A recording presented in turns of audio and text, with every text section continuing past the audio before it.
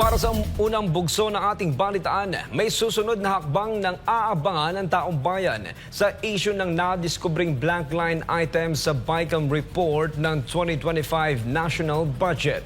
Ang issue ay unang ibinunyag ni dating Pangulong Rodrigo Duterte. So MJ Mondihar sa report!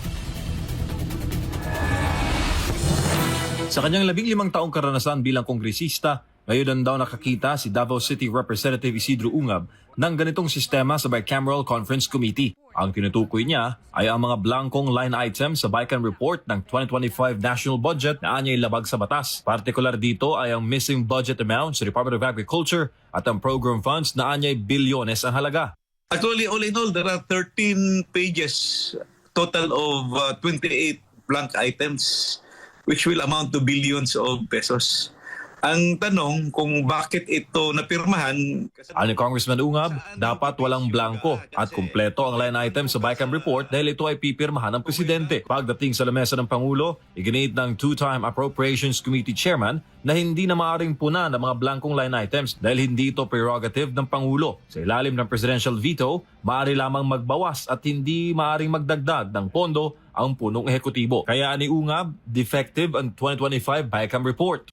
Bakit napirmahan na maraming blanko at bakit naratipkahan na maraming blanko? So, yung sinasabi nila na GAA kompleto, yes, kompleto ang GAA. Ang tanong, saan nyo gibase yung GAA? Kasi kung may blanko ka sa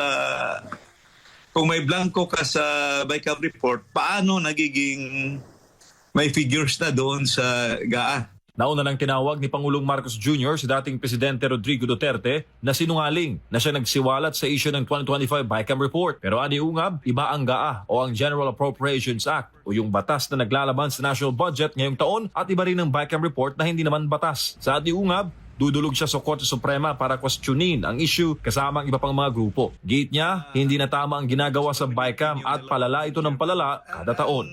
The safest way na ginawa namin noon is yung resulta o yung GAB na naipasa doon sa House, yung figures mo per department, ilagay mo, then sa House version, then kunin mo rin yung Senate version, side by side, gagawa ka ng matrix, then i-compare mo ngayon kung anong diferensya o anong variance.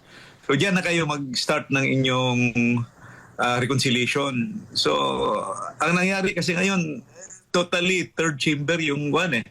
Wala akong nakitang matrix na pinakita nila. So third chamber, inulit talaga yung buong budget pagdating doon sa bicameral conference. Para sa Diyos at sa Pilipinas kung mahal, MJ Mondihar, SM9 News.